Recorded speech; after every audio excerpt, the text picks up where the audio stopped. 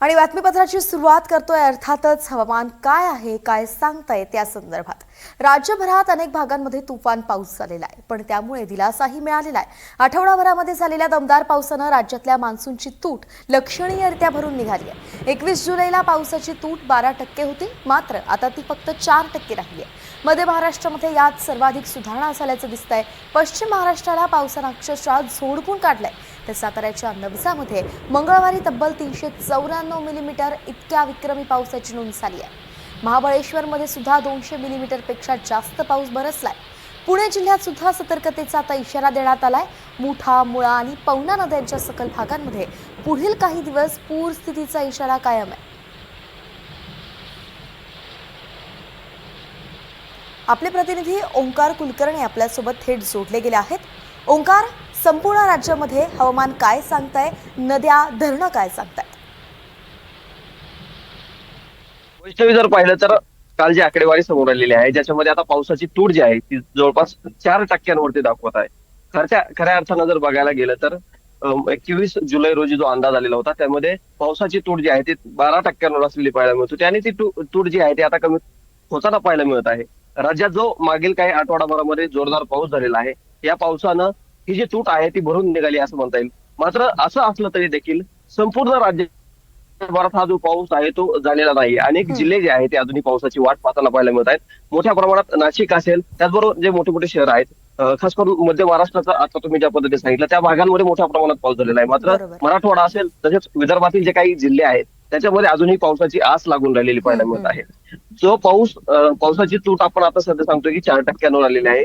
असं असलं तरी देखील अनेक जिल्ह्यांमध्ये अजूनही पाऊस झालेला नाही, त्यामुळे जी खरीपाची पिकं आहेत ती देखील धोक्यात असलेली पाहायला मिळतात। तर अनेक ठिकाणी मोठ्या प्रमाणात पाऊस झालेला आहे, त्यामुळं जी पिकं आहेत त्यांच्या जी मुळं असतात त्याच्यापाशी बुरशीसारखे जे प्रकार आहेत ते आढळून येण्याची शक्यता देखील, भीती देखील कुठेतरी वाढलेली पाहायला मिळत आहे। एकंदरीत जर बघितलं तर हा जो पाऊस वाढलेला मागील काही दिवसांमध्ये पाहायला मिळत असला तरी देखील सर्व म्हणजे समान प्रमाणात पाऊस जो आहे तो राज्यभरात झालेला पाहायला मिळत नाहीये। त्यामुळं काही ठिकाणी अधिक प्रमाणात पाऊस झालेला आहे, तर काही ठिकाणी कमी प्रमाणात पाऊस झालेला पाहायला मिळतोय। आपण आता ज्या पद्धतीने सांगितलं की मराठवाडा असेल, त्याचबरोबर विदर्भात पुढील काही काळामध्ये अतिमुसळधार पावसाची जी शक्यता आहे ती वर्तवण्यात येत आहे। त्यामुळे पुढील काळामध्ये जर या ठिकाणी समाधानकारक पाऊस झाला तर ही जी तूट आहे, जो समान पाऊस जो आहे तो राज्यभरात होऊ शकतो, आणि जी काही सध्या नागरिकांना, शेतकऱ्यांना भीती भेडसावते ती देखील दूर होऊ शकते। वैष्णवी, अर्थातच धन्यवाद ओंकार, अगदी सविस्तर आढावा आपण घेतलाय।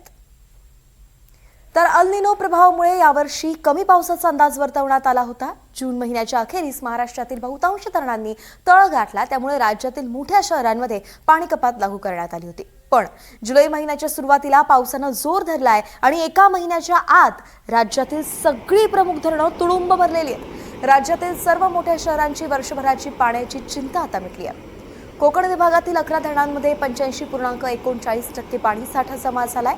पुणे विभागातील 35 धरणांमध्ये 82.87% पाणी साठा जमा झालाय।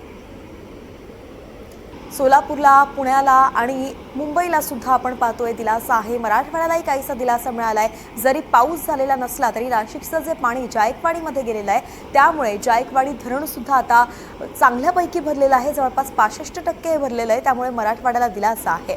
तर खडकवासला धरण सुद्धा भरलंय। उजनी धरण सुद्धा अगदी ओसंडून वाहत आहे।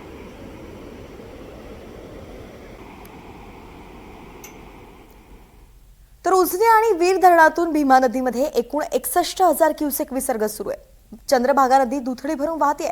चंद्रभागेच्या पात्रातील पुंडलिक मंदिरासह सर्व मंदिरं आणि समाधी मंदिरांना पाण्याचा विळखा पडलेला आहे। याचे ड्रोनच्या माध्यमातून टिपलेले हे नयनरम्य दृश्य आपण पाहतोय।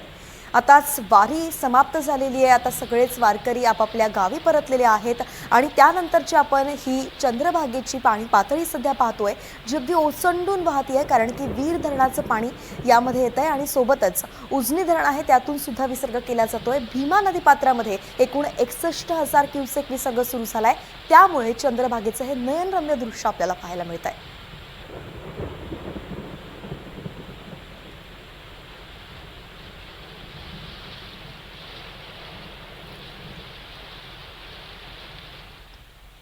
मंगळवारी रायगड जिल्ह्यातील देशमुख कांबळे गावामध्ये ढगफुटी सदृश्य मुसळधार पाऊस झालाय आणि ज्यामुळे अचानक पूर आला आणि गावातील रस्ते पाण्याखाली गेले।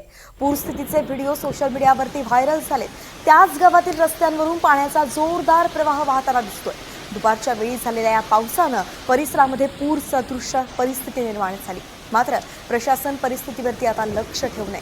ही दृश्य तुम्ही पाहू शकता, अगदी अंगावरती काटा आणणारे दृश्य आहे, कारण की ज्या रस्त्यावरून नागरिक चालतात त्या रस्त्यावरून पाण्याचा हा अल्लोट प्रवाह जातोय, म्हणून घरांमध्ये पाणी शिरण्याची भीती आहे आणि लोकांना त्या ठिकाणून जाता सुद्धा येत नाहीये। एक पुलाचं दृश्य आपण पाहतो, ज्यावरून काही नागरिक सध्या तरी जात असताना दिसले। मात्र हा पूल सुद्धा लवकरच पाण्याखाली जाईल अशी स्थिती आहे। प्रशासन या गावाकडे लक्ष ठेवून आहे। सगळे रस्ते पाण्याखाली गेलेले आहेत।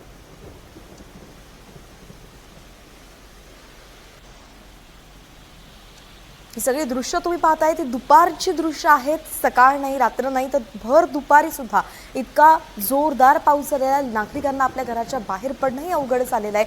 सगळी तिथली व्यवस्था ठप्प झालेली आहे। शाळा कॉलेजला जाणारे सगळे विद्यार्थीही अगदी घरातच आहेत, नागरिकही घरातच आहेत आणि लवकरात लवकर तिथे आता सुरक्षा यंत्रणा सुद्धा सज्ज करण्यात येत आहेत।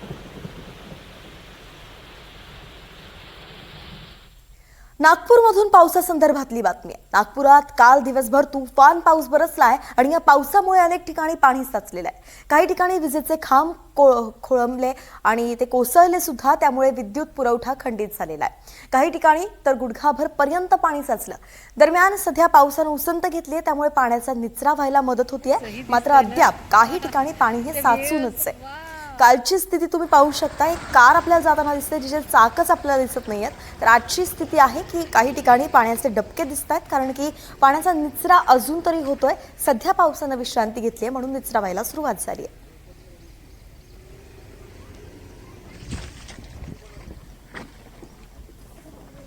आपले प्रतिनिधी प्रवीण मुधोळकर थेट नागपूरच्या मनीष नगरमधून आपल्यासोबत जोडले गेलेले आहेत। आता तिथली परिस्थिती काय सांगाल प्रवीण?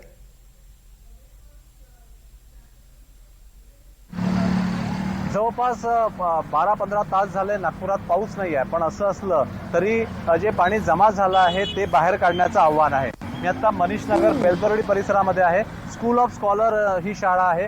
आज शाळांना सुट्टी देण्यात आली आहे, नागपूर चंद्रपूर, त्यामुळे विद्यार्थी आणि शिक्षक या शाळेत आलेले नाही आहे। पण या शाळेची स्थिती आपण पाहू शकतो की जवळपास 2 एकर परिसरात ही शाळा आहे आणि या संपूर्ण शाळेमध्ये त्या कंपाऊंड असेल, त्या पटांगण असेल किंवा आतमध्ये जो पोर्च आहे त्याच्या आतमध्ये सुद्धा पाणी जे आहे जवळपास 3 फूट, म्हणजे या ठिकाणी ही पेटी दिसते, या पेटीवरून अंदाज येऊ शकतो जवळपास 3 ते 4 फूट पाणी अजूनही 12-13 तासानंतर आहे। मनीष नगर हा परिसर आहे, नवीन नागपूरचा परिसर आहे। मोठ्या मोठ्या इमारती इथं तयार होत आहेत, 12 मजली 15 मजली इमारती तयार होत आहेत, पण असं असताना पाणी जाण्यासाठी काही व्यवस्था इथं दिसत नाहीये। स्थानिक नागरिक माझ्या सोबत आहेत, त्यांना विचारूया, भाऊ का बरं इथं पाणी आता 12-13 तास झाले पाणी जात नाही? मी अमोल तळखंडे आहे। गेल्या 12 वर्षापासून सामाजिक कार्यकर्ता बेलतरोडीमध्ये गेल्या 20 वर्षापासूनची ही समस्या। इथे पाणी जायचं जे एक छोटासा नाला प्रकार जो होता तो इथे बुजवण्यात आलेला आहे आणि त्याच्यावर अतिक्रमण झालेलं आहे। बरं ते असो, पण त्याचं सोल्युशन असं होतं की हे जे पाणी आहे, मोठी जर पाईपलाईन इथून त्या इकडून मागून या शाळेच्या मागून जर अशी टाकून जर या नाल्याला अटॅच केली असती तर हे जे पाणी आज इथे थांबलंच नसतं। काल किती फूट पाणी होतं? काल तर इथे कमीत कमी 3 ते 4 फूट होतं, ह्या एवढं कमरे एवढं पाणी होतं। मी तुम्हाला ते व्हिडिओ पाठवून देईल। आणि हे जे पाणी आहे हे तर तुम्ही शाळेचं दृश्य दाखवलं, इथे शाळेत आता पाणी साचतं आहे, पण हे जे सर्व पाणी आहे, हे जे समोर जे वस्ती दिसत आहे, तुम्ही दाखवतो मी तुम्हाला, या वस्तीच्या घराघरामध्ये पाणी जाते। साकेत नगरीमध्ये इकडल्या सर्व क्षेत्र हे पूर्ण डुबून जातं। आपण पाहू शकतो हे दुकानं जे समोर, या दुकानांमध्ये सुद्धा मोठ्या प्रमाणात पाणी जे आहे ते जमलेलं आहे आणि दुकानदार जे आहे ते आता दुकान उघडून इथं आपलं काय सामान वाचलं आहे तर त्याचा अंदाज घेत आहे। इथं 2 शटर जे दिसत आहेत, या 2 शटरमध्ये पाणी गेलेलं आहे। दुकानदार अद्यापपर्यंत आलेले आहे आणि इथं आता पाणी उपसण्यासाठी पंप सुद्धा बेलतरोडी नगर परिषदेच्या वतीने आलेले नाही आहे। त्यामुळे हे 2 दुकानं पूर्णपणे इथं पाणी शिरलेलं आहे। याच्या आतमधलं काय झालं असेल अंदाज घेतला जाऊ शकतो। विहिरीतही पाणी गेलेलं आहे आणि बाजूला दुकानं जे आहे त्यातलं स्टोअर्स आहे एक, आणि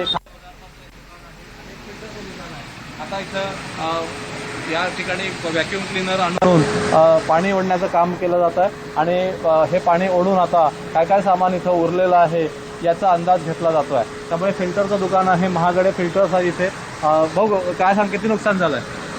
किती हजाराचं 6-7 हजाराचं नुकसान झालं आमचं. पूर्ण फिल्टर ओले झाले आहे, पूर्ण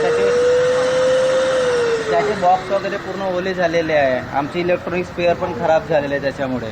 हे आणखी एक दुकान दिसतंय. या दुकानामध्ये सुद्धा खाद्यपदार्थाचं दुकान आहे, जनरल स्टोअर्स.